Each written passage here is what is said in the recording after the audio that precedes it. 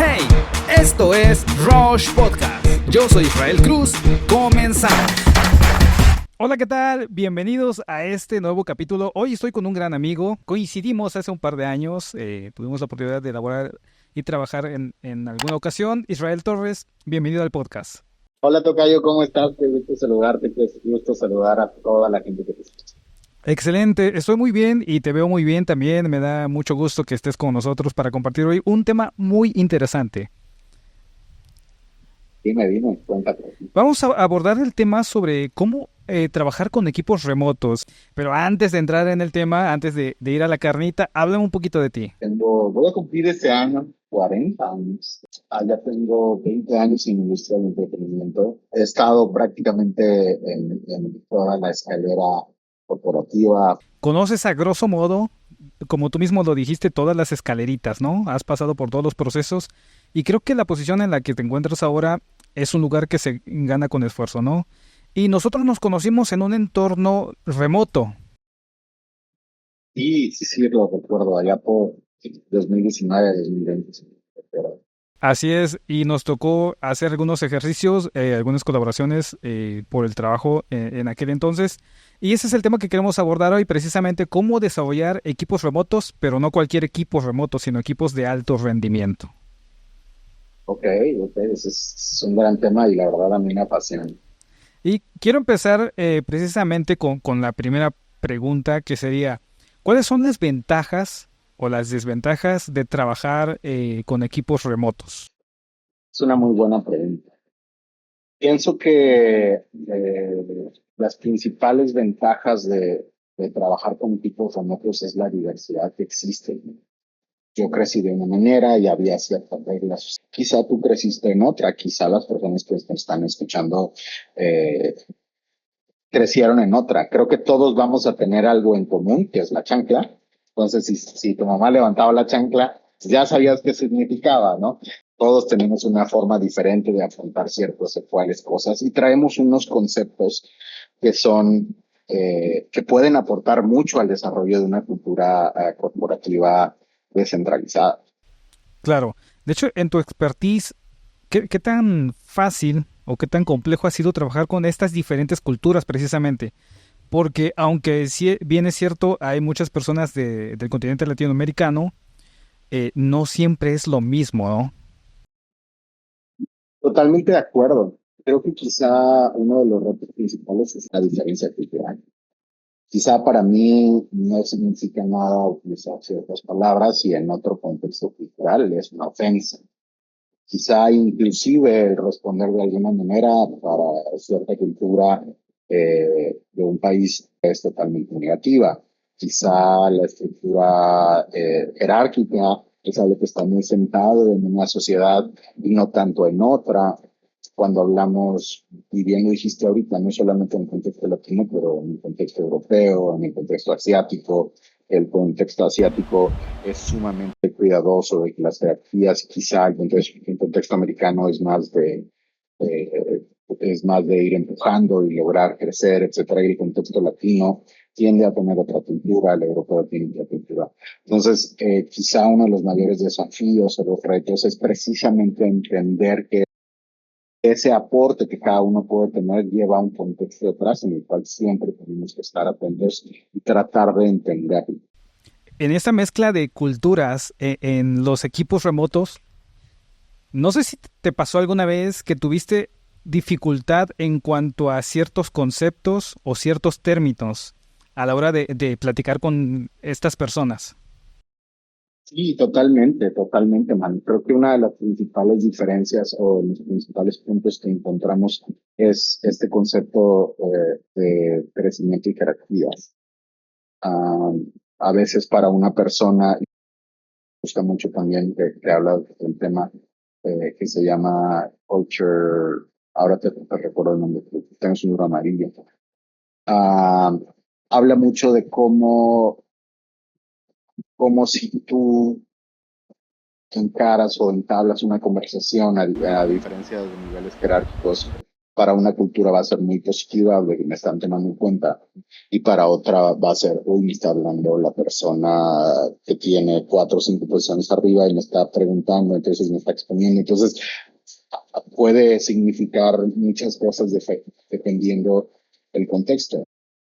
Creo que una de las principales ventajas que yo he visto, o de las principales cosas que he tenido que aprender, es precisamente cuidar esa buena comunicación, que sea participativa y que la gente se sienta en un contexto adecuado, inclusive sin importar los niveles de jerarquía que tenemos. Y creo que también es importante, lo bien lo mencionas, este canal habla sobre habilidades blandas y creo que la comunicación asertiva es determinante para poder comunicarse y no solamente comunicarse, sino transmitir las ideas de lo que tú quieres que los equipos realicen, ¿no?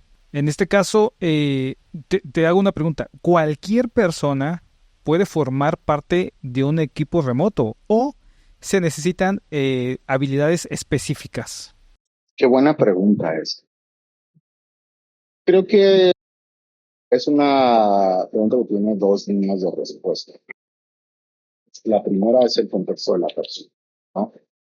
Justo platicábamos acerca de la diferencia en las personalidades. Hay una persona que quizá es introvertida y le encanta estar solo, aislado en su casa. Te podría decir caso de ingeniero de sistemas que es perfecto, nadie que nada me toque, etcétera, y está bien, es parte de. Pero quizá hay personas que son extrovertidas y si tú las mantienes en casa o están teniendo un trabajo 100% remoto sin interacción con un equipo, se deprimen. Pues no necesariamente, simplemente es distinto. Cada persona es distinta. Ahora hay ciertas cualidades que son más afín con un trabajo remoto. Y una de las cosas que yo disfruto mucho y que utilizo mucho en la selección de colaboradores es el enneagrama. Y otra de las cosas que utilizamos mucho, que me gusta mucho, es el de las 16 personalidades de Briggs. Entonces, quizá te podría comentar que colaboradores que están en cuanto al enneagrama como 1, 3 o 5, naturalmente tienden a una tendencia al trabajo remoto. Eso no significa que son los únicos o que son perfectos, ¿no? Todos tenemos áreas de oportunidad. Pero el enneagrama 1 está muy enfocado en seguir procesos, en que las cosas se hagan de manera correcta, en tiempo, líneas de comunicación correctas, etcétera. Un 3 siempre va a estar enfocado a resultados cuando están en el lado positivo.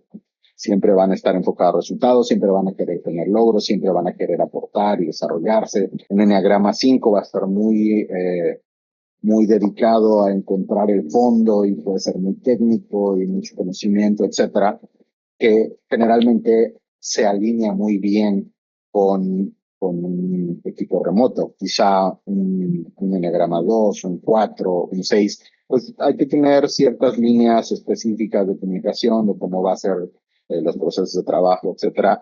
Y del 7, 8 y 9 también son grandes colaboradores, pero quizá vamos a tener que tener mucho más claramente qué es lo que se espera de cada uno, igual con todos, pero eso quizá en cuanto a tendencias de quienes pueden funcionar mejor. Y en cuanto a qué cualidades hay, pienso que también tiene que ver mucho con las empresas, pero creo que también hace mucho sentido cuando decimos, si yo tengo totalmente claro qué es lo que tengo que hacer, o sea, qué es lo que es esperado de mí, si está claro el concepto que a mí me gusta mucho, que es The One Thing, que es un libro que me encanta. The One Thing es, el objetivo como empresa es este. Ok, yo me puedo alinear a ese objetivo y puedo, a través de una metodología que también me gusta mucho, que es el Golden Circle, que es why, how y what, puedo entender cómo yo aporto al why a través del cómo y el qué hago.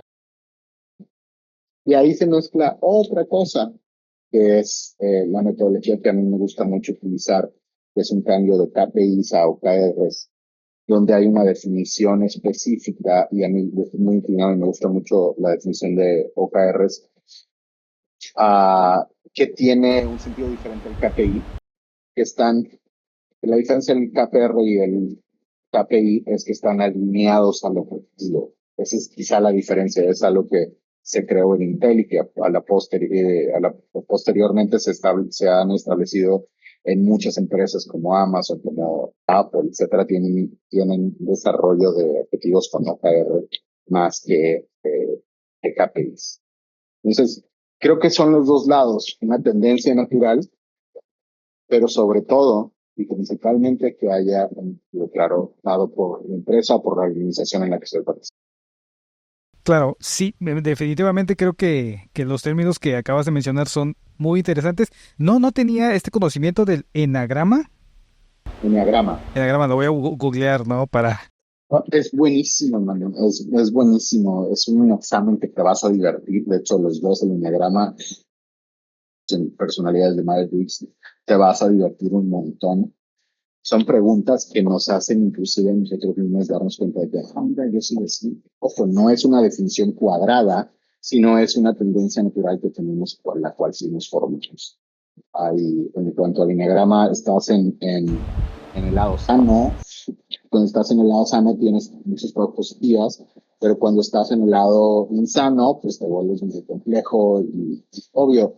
Es muy buena esa, esa metodología o más bien esa experiencia de ver cómo está diferente cada persona, porque eso también te ayuda a establecer una línea de liderazgo, cómo vas a tener una conversación con tal o cual persona dependiendo de su personalidad, lo que naturalmente toman como positivo, etcétera. Claro, hablaba con una persona hace en otros capítulos anteriores, en otro podcast anteriores, y me mencionaba precisamente que ella procura que también los colaboradores tengan también capacidad de autogestión y autoconocimiento, porque creo que el autoconocimiento es determinante para precisamente saber tus áreas débiles y tus áreas de oportunidad y, y no escondérselas al reclutador. En este caso, no sé si te ha tocado sorprenderte que en un principio quizá con un colaborador dijiste, este se ve que tiene mucho potencial y después terminó a la inversa. Creo que a todos nos pasa, creo que todos hemos estado en esa situación, e inclusive si no has tenido un colaborador, ahora sí probablemente te fuiste ese colaborador que empezó muy emocionado y todo y después se fue para abajo. La pregunta es ¿por qué?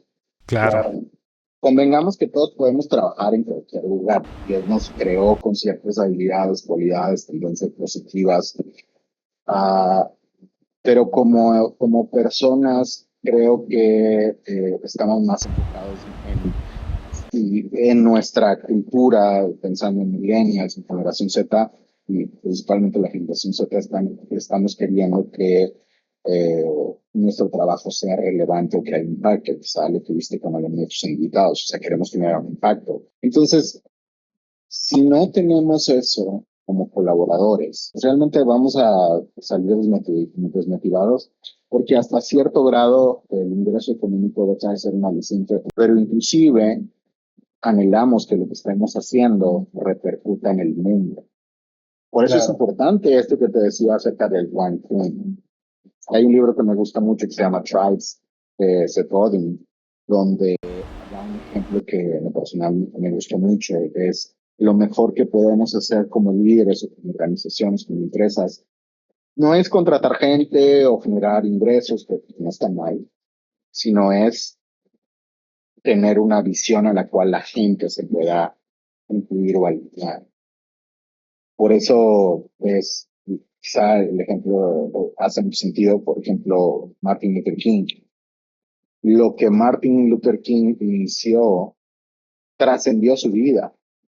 El movimiento de Civil Rights trascendió el tiempo que él vivió. Porque no sembró o no creó una estructura basada en la persona, sino en un objetivo que era más grande que la persona.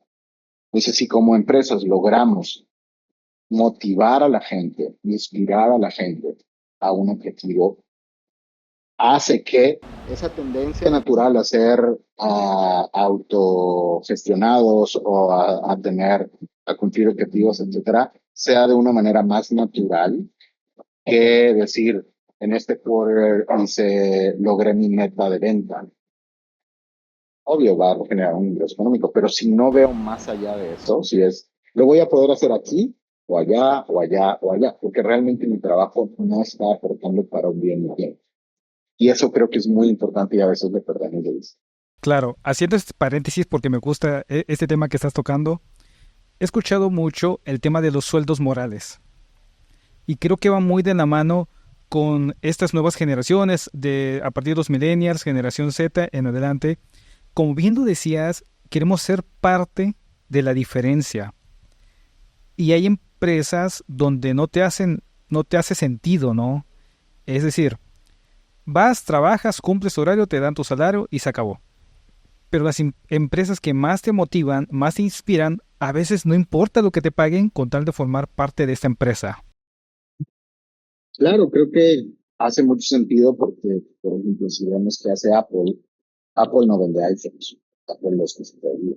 Y Making Direct Products, decía Steve Jobs. Y si ves el libro que me gusta también de Jeff Bezos, no sé si alguna vez lo viste o no, nada más como paréntesis para que no se me olvide, el libro que te se llama The Culture Map. Es un libro que a mí me ha ayudado mucho en este tema de cultura, diferentes culturas. Y el libro que te decía de Jeff Bezos habla acerca son cartas a sus shareholders, a quienes tienen participación en la acción. Decía, lo que queremos lograr no se logra en un quarter, no se logra en un año. Queremos lograr algo que nos va a llevar toda la vida. El libro se llama Invent and Wonder. Un Wonder. De Jeff Bezos y es un libro muy bueno. Ah, y si podemos establecer como empresas la misión que realmente es el wanting o el why o el para qué existimos, la gente va a saber, se va a alinear con un objetivo más grande que un trabajo de 3 a 5. Ahora, esto no significa que voy a estar enamorado de un propósito y no voy a tener responsabilidad. No, no, no, no. De hecho, es todo lo contrario. Es porque entiendo cuál es el objetivo, puedo entender cómo lo que yo hago hace sentido y se puede traducir en qué hago todos los días. Y para mí, esta metodología hace mucho sentido en todo lo que hacemos. Vamos a ir hacia acá. Ok, why, ¿para qué? ¿Es lo que estamos, esto está alineado con lo que tenemos? Sí. Ah, perfecto. How, y establecemos how. Y what, y son los puntos accionables. Ahora creas cualitativos, son cualitativos que a veces es difícil llevar al cuantitativo, pero para eso te ayudan metodologías como el OKR, que traduce los cualitativos en cuantitativos. Es un trabajo y requiere tiempo, requiere estar enfocado viendo esto, pero hace mucho sentido porque si te digo, oye, veamos un ejemplo que quizá hace sentido en esto. Veamos una tienda de abarrotes o una tienda de quizá el objetivo es vender, pues no necesariamente, ¿no? Si tenemos un why mucho más profundo que dice queremos proporcionar la mejor experiencia de compra a todos nuestros clientes que se sientan parte de, eso hace mucha diferencia. Y luego lo llevamos a una persona de limpieza, es de cómo logro eso. ¿Cómo logro que ese guay yo me sienta parte? Oye, pues con mi trabajo, ¿cómo?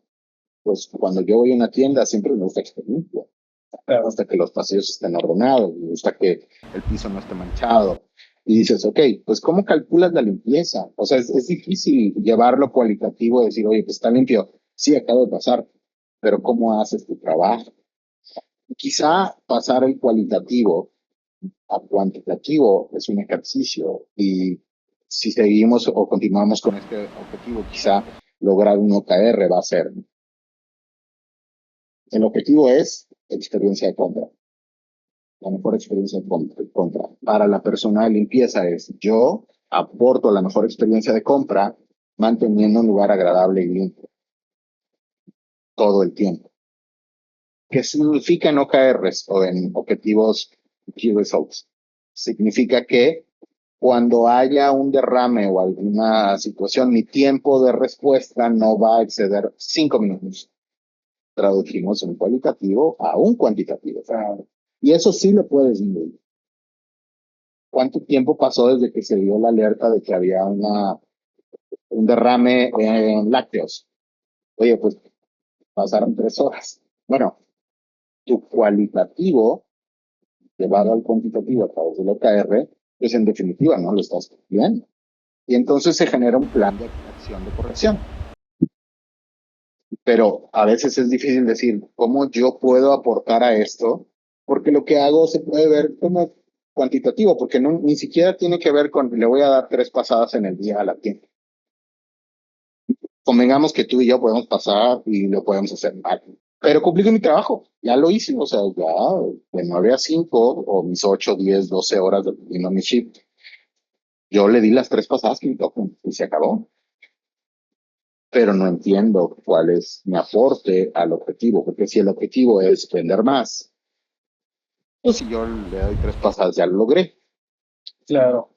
Pero si mi aporte va a un bien mayor, yo me puedo sentir orgulloso del trabajo que hago, de los tiempos de respuesta y podemos pasar los cualitativos a cuantitativos. Estoy pensando en varias líneas, ¿no? Que surgen a través de lo que me estás comentando. Uno, sobre la experiencia de usuario, que con base en lo que tú me comentas, prácticamente casi toda empresa debería pensar en la experiencia de usuario o las ventas como una experiencia, ¿no?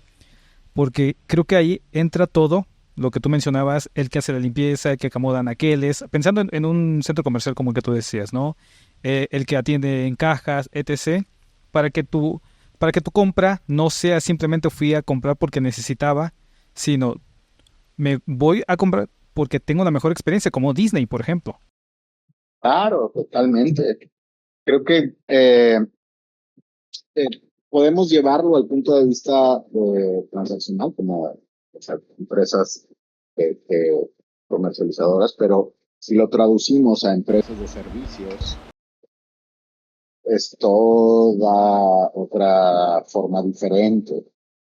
Ok. Que, ojo, ya, a mí yo soy fan de las metodologías, porque las metodologías se pueden aplicar a diferentes escenarios. Claro. Entonces, cuando le llevamos a un término de servicios, por ejemplo, el caso de Disney, hace poco leí un libro que se llama The Last Lecture, es de Randy Pausch y Jeffrey Zaslow.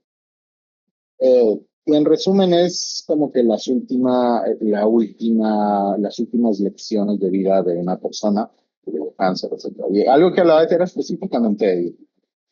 Y decía, cuando él era niño, una vez sus papás lo llevaron a Disney. Y fue algo maravilloso. Y si han tenido la experiencia o a los que han tenido la experiencia de ir a Disney, realmente es algo que quizá te puede pasar una vez en la vida. Si te pasa más, bien. Pero quizá te pasa una vez en la vida. Entonces, Disney conoce y está la cultura Disney de la gente que trabaja en los parques, que saben que cada día, o sea, que cada persona que está ahí quizá es un sueño realizado que le costó años de esfuerzo. Claro. Generalmente sucede.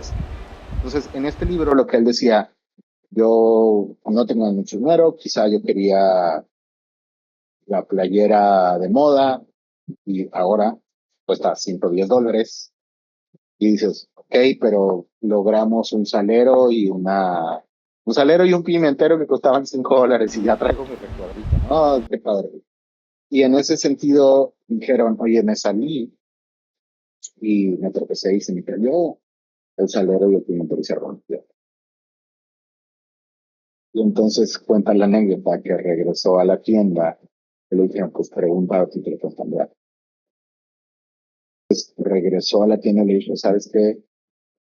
Me caí, se me rompió y aquí te traigo. Y le dijeron, no te preocupes, yo te lo cambio. Y le dieron un nuevo salero y un nuevo pimentero. ¿Qué es ¿Qué tan fuerte fue ese cambio o esa experiencia que hasta lo puso en el último libro de su vida?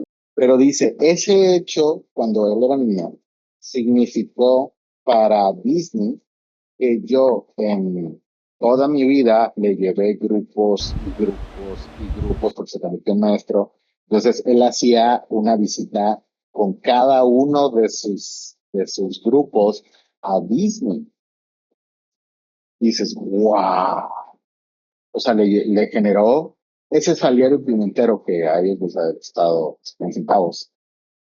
Les generó cientos de miles de dólares a la postre. ¿Y eso qué tiene que ver con un cambio en la cultura alineado a una razón, a un why? Que la experiencia dentro de Disney sea inolvidable, es un lugar mágico. Y entonces hace toda la diferencia en cómo vemos nuestro trabajo. Si la persona estuviera en el negocio de a ver cuánto vendí, ¿no? Que quizá lo miden también, que es parte de, pero si genera experiencia, si genera un resultado positivo de largo plazo, que ahora voy a hacer un comentario de eso, entender que aunque que yo tenga que tomar la decisión ejecutiva, quizá me voy a inclinar por regresarle los $5 o darle eso que va a hacer que la persona tenga una experiencia que a la postre va a ser una experiencia de vida, ¿verdad? Resultados sumamente positivos. Y hay un libro que me gusta mucho que habla de esto que se llama The Infinite Game de Simon Sinek. Y es un libro que te recomiendo a ti y a toda la gente que escucha. Porque te hace un cambio en la perspectiva de a qué lo estás apostando. Estoy apostando a mi día de hoy. Entonces, estoy apostando al futuro. Si los errores de hoy marcan mi vida, realmente estoy perdiendo de vista que es ese aprendizaje de hoy me va a llevar a un futuro distinto o mucho mejor que el no haber aprendido. Me estoy acordando de algo que escuché alguna vez de un neurocientífico, ahora que con este ejemplo que dice de Disney. Decía que los buenos vendedores haciendo allá, y ya para cerrar este paréntesis, buenísimo, los buenos vendedores a nivel de neurociencias generan lo que se llama improntas. Impronta es una marca que va a quedar eternamente, prácticamente en el cerebro, por una nueva conexión neuronal que se hizo basado en emociones. Totalmente de acuerdo. Si una persona me trató súper mal, me voy a acordar y cuando vaya a mencionar los otros, si es un servicio a un producto, lo voy a mencionar. Dicen que una buena recomendación llega a 10 personas, pero una mala a 100. Entonces, otra vez,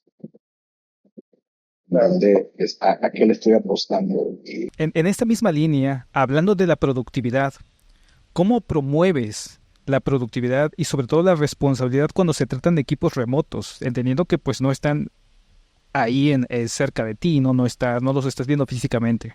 eso yo te digo, hay que pintar, tu cuarto. Tú puedes pensar, bueno, lo voy a pintar y a lo mejor agarraste un marcador y le pintaste tu nombre y ya acabaste. Para ti eso es pintar, ¿estás de acuerdo?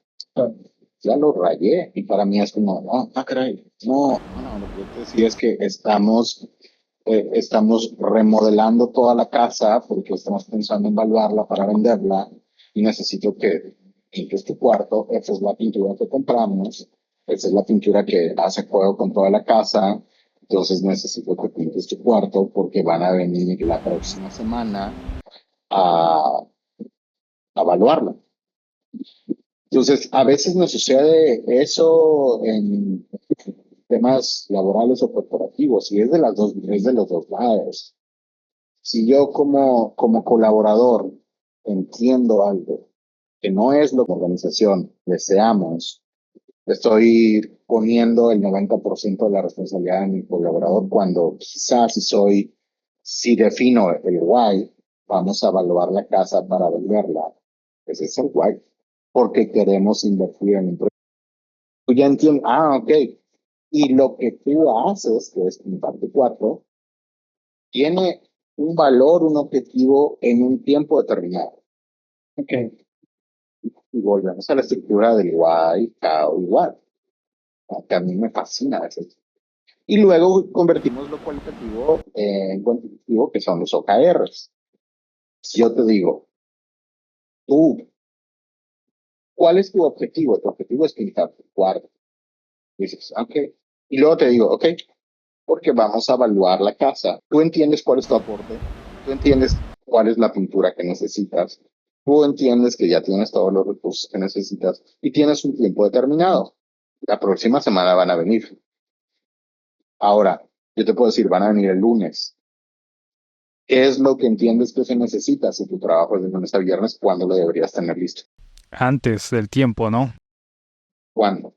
Si tu trabajo es de lunes a viernes y la van a evaluar el lunes, ¿cuándo lo tienes que terminar?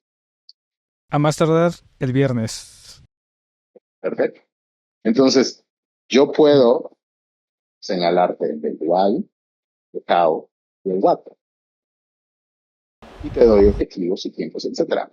Ahora, yo puedo estar todos los días y decirte, oye, Tocayo, ¿qué onda? ¿Cómo vas con el cuarto? Oye, ¿qué onda? ¿Cómo vas con el cuarto? Oye, ¿qué onda vas con el cuarto? No, no, yo no, sí, ahí voy, ahí voy, ahí voy. No has abierto la lata.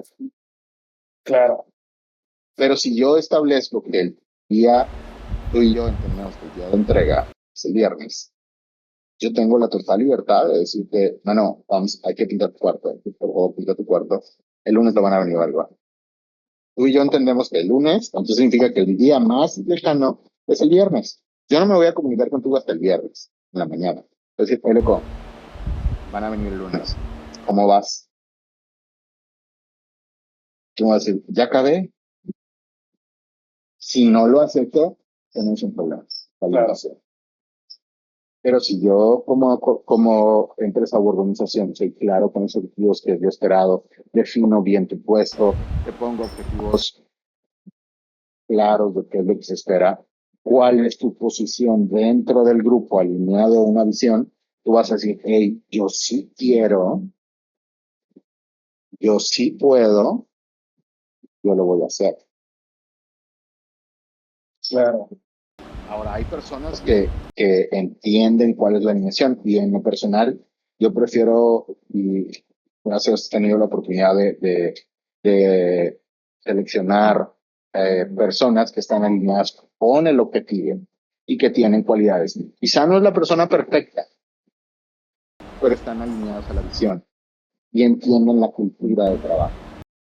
Ok. Que es una cultura de líderes. Sí.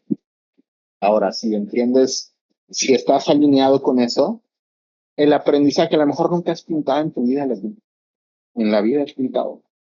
Y dices, ok, pero yo digo, no, Israel sabe cuál es el objetivo, entiendo cómo aporta, y quizá el lunes, cuando hablemos del tema, tú vas a decir, oye, lo ganamos con un pintado. ¿No? Ok, bueno, mira, aquí está una brocha, aquí está un rodillo, se hace de esta manera, y no lo hago, pues, pero el proyecto se va a terminar. Si resulta que el viernes en la mañana que me acerque y no está listo, es mi responsabilidad lograrlo, porque no deja de ser mi responsabilidad. Y quizá ese colaborador no tiene el perfil, no porque no sea la persona, sino todavía no entendió la cultura de trabajo. Okay. Pero otra vez, no es que la persona va a producir de manera, no, si no somos claros como organizaciones, va a ser difícil que alguien entregue lo que se espera. Más bien, si somos claros con lo que hacemos y decimos, es mucho más fácil medirlo. Con lo que mencionas, me surgen otras preguntas, ¿no? Por ejemplo, respecto a lo que tú decías, tengo un límite de tiempo, yo te pido el lunes que pintes la casa, el próximo lunes vienen a revisarla, tú trabajas de lunes a viernes, ok. En teoría, la entrega debería ser a más tarde el viernes, pero yo creo que el colaborador puede, con todo esmero, decir, ¿sabes qué? El jueves comunicarse contigo y decir, lo terminé, o el viernes por la mañana también decirte lo terminé. En este caso, ¿cómo evalúas el rendimiento, por ejemplo, de tus equipos? En base a las entregas, con base en la resolución en menor tiempo, ¿cómo lo evalúas? Pienso que está relacionado otra vez con el objetivo. ¿Cuál es el objetivo? Y siempre vamos a partir del cuál. O sea, si una persona me dice, hey, loco, el miércoles, o sea, si tú y yo entendemos que es un trabajo que requiere, pues, a lo mejor, quizás este es el tema ahorita, tú estás pensando en un cuarto 3x3, estoy pensando en uno 9x15. Entonces es como, ok, el conocimiento en la tarea define el tiempo. Ahora, bajo esa perspectiva, es importante que la persona tal vez es su primera vez, si nunca lo ha hecho, evidentemente le va a tomar un poco más de tiempo. Ahora, si hay correcciones que hacer y hay que hacer revisiones, eso se hace, eso no es un impedimento.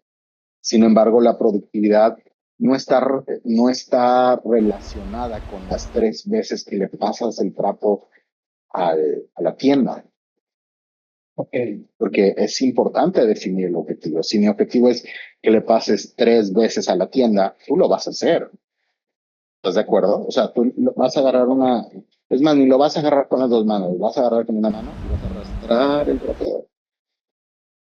Y convengamos que si ese es el resultado que yo te estoy midiendo, tú estás en lo correcto. Claro. ¿Estás de acuerdo? O sea, pues pasa los 3. Pero si lo que estamos buscando es mejorar la experiencia de compra de cada usuario, tú vas a decir, y estás alineado con el objetivo y entiendes cuál es tu aporte, cómo aportas y qué es lo que haces, why, how y what. Vas a decir, oye, ya leí 3 pasadas, pero se derramó, un niño entró con la señora y traía los pies enlodados porque está lloviendo. Entonces, yo ya leí las 3 pasadas, pero la calidad de la experiencia de compra se ve mermada. Lo que pareciera positivo, que ya cumplí con mi trabajo, ahora es negativo, porque si ya cumplí con las 3 y veo que se necesita, la persona no va a accionar si estamos definidos por cuantitativo solamente. Claro. Sino por cualitativos. Eso, de ahí le damos al pasado.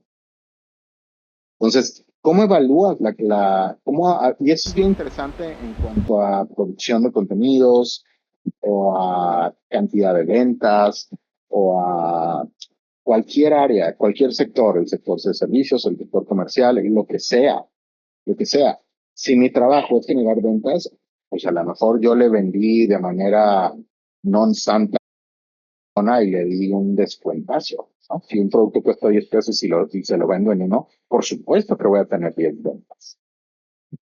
Pero en el momento en el que yo quiera volver a venderle esa compra, sobre todo es una compra recurrente, y ya cuesta 10, en la vida lo voy a volver a ver. ¿Por qué? Porque en vender, no a una plaza. Entonces, sí es una parte, en mi particular punto de vista, pienso que son las dos culturas. Sí tiene que ver con cualitativos, pero tiene que ver con alineados a un objetivo. Y para mí siempre va a estar alineado con un objetivo con The One Team, con lo que como organización hacemos y cómo cada una de esas personas alineadas a ese objetivo van a lograr. Porque si no, de otra manera tenemos equipos que están apuntando a lugares distintos.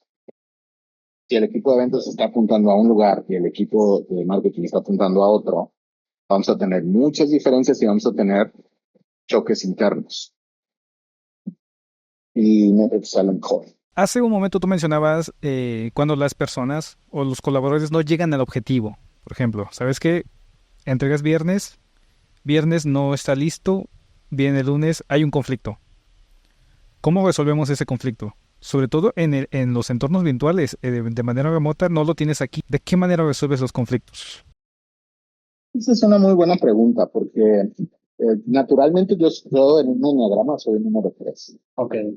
Y entonces yo siempre, o históricamente siempre en mi vida, siempre he estado pensando en lograr objetivos, en llegar a resultados, en muchas ocasiones a través, pero sin importar el contexto, las personas, y eso es algo al cual hay que tener mucho cuidado. Y en Myers-Briggs, en las personalidades, yo soy un NTJ, que es lo que ellos llaman un comandante. Entonces, básicamente, yo siempre había sido o sea, se va a lograr, se va a lograr. Claro. O sea, eso no tengo duda, se va a lograr. Y creo que una de las razones muy interesantes, una de las cosas que he aprendido mucho es, no puedes hacer o sea, no es el lunes en la mañana a ver si lo hiciste, ¿de acuerdo? Claro. Estableciste un objetivo, tienes claro el objetivo, tienes claro el why, how y what, y la persona lo revisas el día viernes. Oye, aquí está, la información, o vamos a ver, ya vi que el cuarto está pintado, pero nada, es de mañana. Porque a lo mejor, y otra vez, y puede suceder, es, ok, en esas revisiones es un proceso de control. Y en ese proceso de control es, bien, está muy bien, necesitas dar una segunda mano. Oye, pero ya le di, y aquí entra un factor que me gusta mucho, que se llama candor. Es es algo en inglés eh, que me gusta mucho como metodología de trabajo. Y hay un libro que se llama Radical Candor. Y la traducción más cercana en español, que no existe una directa, es franqueza. El candor es ser franco. Ahora, cuando una persona es franca, lo tendemos a ver como algo duro, pesado, así. En el contexto latinoamericano, naturalmente nosotros somos más de decir las cosas suavecito, y no, que no se va a enojar, y hay que tener cuidado, y no quiere herir a la persona, y eso está perfecto. Y si tomamos eso en cuenta, el radical candor es llevar ese contexto a una conversación un poco más elevada, ambiente que se tiene que formar y crear, por eso es importante que las personas estén alineadas a una cultura, donde se sientan seguras en establecer un radical candor. Si fuera esta ocasión donde vamos, hacemos la supervisión, el proceso de control, y vimos que lo entregaste en tiempo, lo hiciste, pero hay cosas a mejorar, lo hiciste muy bien, necesitas darle una segunda mano antes de pasar el día. ¿Cómo te puedo ayudar? Oye, ¿sabes qué? No me va a dar el tiempo. Convengamos que es tu responsabilidad, ¿de acuerdo? Claro. No va a dar el tiempo. Oye, tranquilo. ¿Qué necesitas? No, pues a ver qué me va a tener que esperar. O no, pues no sé. Bueno, no te preocupes, ten la llave. Vienes hoy, mañana, y yo voy a aportar, voy a venir el domingo contigo a revisar. A mí me costó, pero ¿qué estoy haciendo? No te estoy haciendo responsable de manera unilateral, sino funciona. Y juntos estamos encontrando una solución en la cual yo también voy a tener que aportar. Claro. ¿Estás de acuerdo? Sí. Como líderes, nosotros tenemos esa responsabilidad de ayudar y a poder generar esos resultados a través de nuestro equipo. Entonces, creo que respondiendo a la pregunta, ¿cómo se resuelve? Creando una cultura de trabajo en la cual podamos aplicar y recibir un radical candor, cuidadosos con la persona, siendo honestos, francos, sin endulzarle ni nada. Si la otra persona no responde, es mi responsabilidad lograr el objetivo, tengo que tomar la decisión de hacerlo, de lograrlo. Creo que la forma de resolverlo es a través de precisamente objetivos claros, medibles, a través de OKRs. Otra vez, todo está alineado, si lo ves, pero todas están alineadas hasta el punto de resolver conflictos a través de una cultura donde podamos estar de un ambiente sano, donde podamos aplicar el reto. Precisamente trabajar con estas metodologías, con este tipo de equipos y resolviendo este tipo de conflictos, a ti de manera personal, ¿cómo te ha ayudado a desarrollarte? Esa es una pregunta muy profunda y creo que tiene mucho que ver con la forma en la que vemos el liderazgo o las posiciones. Creo que todos cuando estamos en la escuela, si tenemos la oportunidad de estar en la escuela o cuando estamos empezando carrera laboral, siempre decimos, yo quisiera llegar a ser el jefe, yo quisiera llegar a ser el CEO, yo quisiera llegar a tener mucha gente en mi cargo, etcétera. Y lo vemos como una posición, ¿no? Inclusive hasta cierto punto de privilegio. Claro. Y de autoridad. Quizá una de las formas importantes de cambiar esa forma de pensar es que algo no es una posición, es un servicio que damos. Entonces, y eso significa que yo tengo una responsabilidad, evidentemente, pero mi trabajo como líder no es mandar a los demás a que hagan lo que yo quiera, sino es servir al equipo que está a mi cargo para que podamos juntos lograr objetivos. Y es un shift principal en cómo vemos a las personas, cómo vemos las tareas, cómo vemos la responsabilidad, cómo vemos inclusive las posiciones jerárquicas. Decimos, oh, cuando sea jefe voy a trabajar menos. Pues no necesariamente. Como bien dijiste, a nadie nos enseñan, en ningún lado nos enseñan a pasar de ser un gran colaborador en una tarea a empezar a dirigir. Nadie nos enseña y en muchas ocasiones aprendemos con base, y volviendo al inicio, a la cultura en la cual nos desarrollamos, al contexto local, el cual vivimos. O sea, yo nunca he tenido la responsabilidad, o nunca he tenido la oportunidad o la bendición de tener una jefatura, por llamarlo de alguna manera, pero cuando estoy ahí me doy cuenta que yo destruyo a la gente, porque quiero que hagan lo que yo digo. Y estoy dejando fuera todos esos beneficios que hay de colaboradores, de lo que cada quien puede aportar. ¿Por qué? Porque entiendo que lo que yo hago o lo que yo digo es lo correcto. Y para mí, desde mi punto de vista, vuelvo al tema, el liderazgo no es un puesto ganado, sino más bien es un servicio que damos a los demás. Nosotros damos, no necesariamente recibimos. Claro. Entonces, lo veo así, el logro del equipo, los organizadores. Hablando de los errores, que creo que es buenísimo aprender a capitalizarlos, pero sin duda todos los vamos a cometer.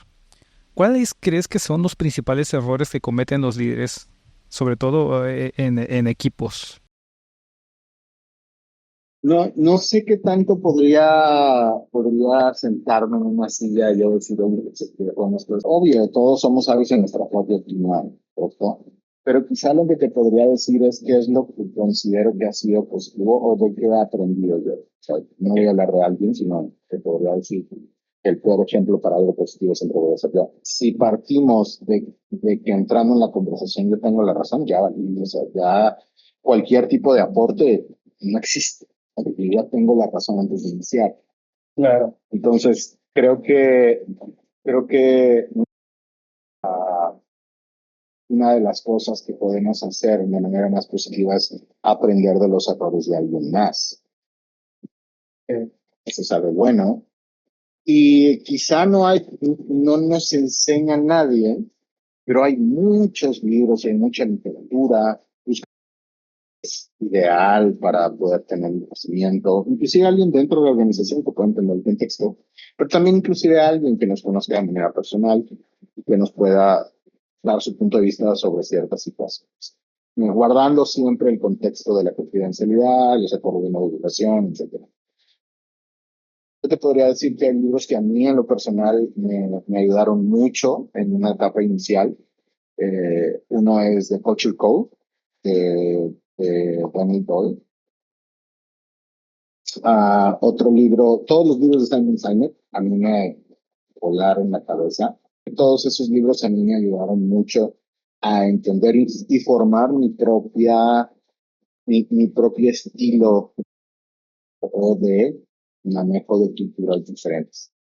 He tenido la oportunidad, la bendición de crear equipos multiculturales, latinos en Estados Unidos, americanos, en México, en diferentes regiones de México, que la cultura de trabajo es distinta, Colombia, Argentina, Costa Rica, Europa, en España, inclusive gente de Asia. Y realmente es enriquecedor de manera profunda entender cómo cada una de esas culturas tiene algo que aportar, cada una de las personas tiene algo que aportar. Que mejor he aprendido es de grandes líderes que admiro, es que las personas estén alineadas a una cultura antes de entrar.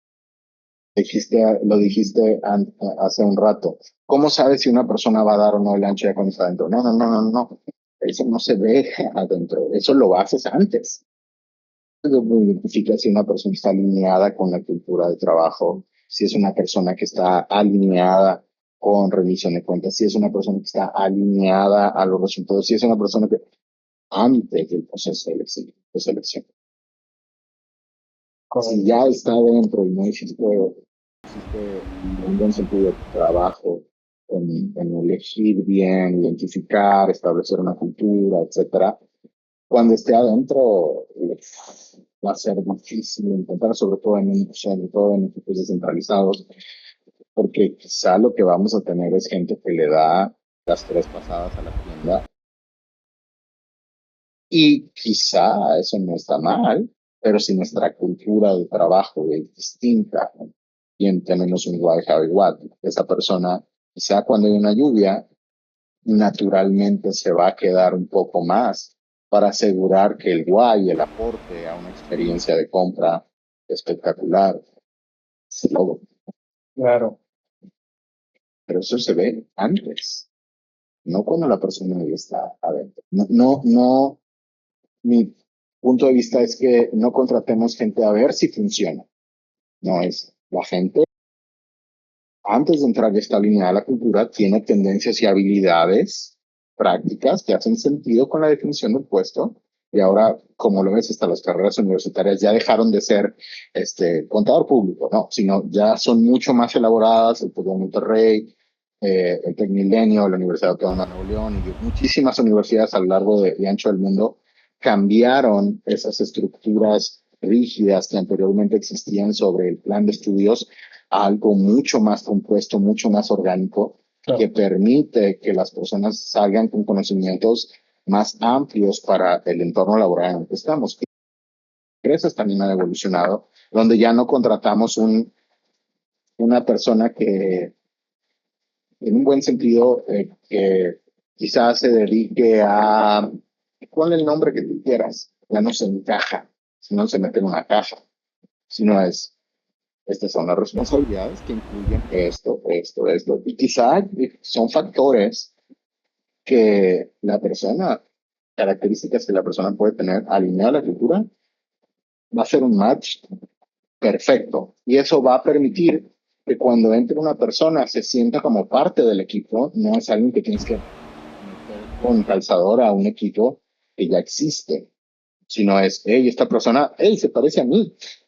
¿Te parece a mí? Claro que sí, gente. Y la cultura de trabajo envuelve y protege a los colaboradores y hace que cada quien florezca y se desarrolle por encima de lo que podría haber pensado. Esto me hace recordar una frase que escuché hace unas semanas, precisamente de una persona que decía, cuando yo contrato a una persona, su éxito es mi responsabilidad, pero su fracaso también es mi responsabilidad, porque si yo tuve la perspectiva del ojo para seleccionarlo, viendo en él un potencial y no se logró, entonces en el camino quizá el que falló fui yo, al no mostrarle las directrices o como tú le decías, no comunicarle bien la cultura, o como tú mencionabas, esta estructura, ¿no? ¿Tú qué prefieres? Que yo creo que ya a lo largo del podcast lo describiste y lo respondiste. Ah, hoy en día hay muchas personas que prefieren el trabajo remoto y te lo venden como libertad. ¿No? Libertad, puedes estar donde quieras, viajar y donde quieras. Eh, ¿Es así o meramente la libertad viene tras una estructura? He sido fan de evitar ser rígido en lo de las posturas radicales. O sea, pienso que habría que analizar muchos factores para definir esto funciona, esto no funciona. Va a haber ¿Es introvertido o extrovertido? ¿Cuál es su enneagrama? ¿Cuál es su personalidad? ¿Cuál es la posición en la que estamos pensando que una persona puede aportar? ¿Cuál es la cultura? ¿Cuáles son las funciones? ¿Qué es este? Entonces, va a ser muy difícil ofrecerle un trabajo remoto a un vendedor de carros. Y quizá en el futuro pueda existir y todo, aunque ahora ya puede comprar en carros sin línea. Convengamos que esa emoción de la prueba de manejo es un factor muy importante en el proceso de toma de decisión. Y en ese caso diría, quizá es complicado decir, oye, los colaboradores de ventas de automóviles van a estar remotos. Es más difícil. Claro. Quizá la persona en contabilidad pues está remota. Entonces, pienso que depende mucho de cada empresa, de cada ubicación geográfica. No es lo mismo nuestra oficina, está ubicada en este lugar, en el centro de X ciudad, que es una capital, donde la gente vive alrededor, puedes hacerte 2, 3 horas de camino. La gente va a decir, oye, vivo a 3 horas, ¿qué tan flexible es el home office? Eso la persona está alineada a la cultura, quizá al inicio, o puedes establecer ciertas métricas, o quizá, en definitiva, te estás dejando de tener oportunidades con colaboradores porque no están en tu ciudad, o que no están en la oficina, inclusive es más económico, que tanto para las personas como para las empresas, la calidad de vida es diferente, no te tienes que pasar horas en el tráfico en las ciudades grandes, pero quizá habrá otras, como un maestro, que el trabajo remoto ya lo vivimos en la pandemia y sabemos que no toda la gente se le va. Esto depende mucho. Entonces, pensar que si funciona o no funciona el home office, creo que no es tan sencillo la pregunta, habría que analizar en qué contexto. Y en cuanto a la estructura, hay algo que me gusta mucho. Yo tengo la atención de conocer el Evangelio, soy cristiano, y no hay formación de iglesias. Hay algo que me gusta mucho en la metodología que se llama el empezado y la vida. Si quienes te escuchan o tú les gusta el vino como a mí, toda esta línea de los viñedos es muy interesante, porque los viñedos crecen de manera ordenada. Les puedo decir, te vas a ir por acá, si no crecen de manera orgánica, pero hay un momento en el que el peso de la plantita, de la vid, la hace caer, la lleva hacia adelante, porque ya creció y el peso no aguanta ser sola. Pero es en donde ponen un enrejado, y el enrejado no define el crecimiento, le da soporte. Entonces, la planta, la vid va a seguir creciendo de manera orgánica bajo una estructura, y eso va a permitir que, no que florezca, que no va a florecer, pero que sí siga creciendo. Mi particular punto de vista es que las estructuras en organizaciones son necesarias para exponenciar el crecimiento. Cada planta va a crecer de manera orgánica, y quizá cuando me refiero a cada planta es que no estoy viendo cada organización como una vid, sino como un viñedo. ¿Cuál es el objetivo del viñedo, el why o el de Es producir el mejor vino del mundo, que sea una experiencia especial.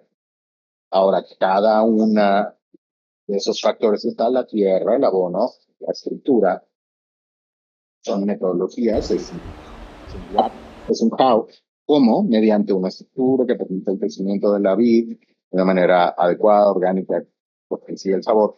Y el qué es, la voy a regar, le voy a poner la sombra para que baje el sol, si hace frío puedo hacer esto, pero nuevamente, nunca está fuera de alinearse a un objetivo de fin con nuestro lugar. Porque si solamente tengo un viñedo, rentabilidad, ¿para qué? No, pues es que a mí me gusta la jardinería. Te recomendaría que te tengas unas carreras. O sea, te recomiendo que pongas un rosal. Si te gusta la jardinería, pon un rosal. Te va a generar muchas flores, etcétera. No tengas un... Consejos finales para terminar esta sesión de podcast. ¿Qué le dirías a las personas que están al frente de equipos remotos? ¿Cómo manejarlos? Y sobre todo a las personas que planean entrar a un equipo de manera remota porque les gusta esto del home office y trabajar a distancia, los equipos descentralizados, como tú decías, ¿qué consejos les darías? Wow, es profundo. Les recomendaría tener claro que el liderazgo no es una posición, es un servicio que prestamos a otros. Lo traduce de un autoritario a un servicio, una persona que sirve. Esa es una. La segunda es que te capacites. Tú que estás escuchando ahorita, invierte en tu capacitación, invierte en un libro, invierte en dos, invierte en tres, invierte en cuatro libros, invierte en una conferencia, invierte escuchando este podcast, invierte en tu equipo. Todo tiene que ver con la parte económica, tiene que ver con elegir o conseguir una persona que te mentorea, a la persona que digas, hey, esta persona tiene cualidades que he visto, me gustaría acércate y dile, oye, estoy creciendo, me gustaría hacer esto, me gustaría saber si me puedes mentorear. Muchas más veces de las que esperas te van a decir que sí. Y si te dicen que sí, bueno, se sabe. Ah, y nunca pierdas de vista que venimos a esta tierra a ser servidos. Entonces, ten mucho cuidado con el ego, ten mucho cuidado con creer que les sabes todo, ten mucho cuidado con pensar que tú vas a cambiar cosas que quizá en ti no sabías que estaban. Por eso es bueno siempre, como dice la Biblia, ¿no? La multitud de consejeros está la sabiduría. No respondas un correo molesto o enojado, siempre enfríate, piensa y que lo que haces como un bien mayor. Ok. Israel, pues como te mencioné hace un momento, esto más que ser un podcast ha sido para mí una masterclass. He aprendido muchísimo de todo lo que mencionaste. Agradezco tu tiempo, agradezco que hayas compartido esto con la audiencia. De verdad, para mí ha sido un honor tenerte aquí en el podcast. Igualmente para mí, muchas gracias por la invitación, Tocayo. Espero podamos coincidir pronto. Claro que sí. Nos vemos en otro capítulo. Chao. Gracias por escucharme. Yo soy Israel Cruz. Chao.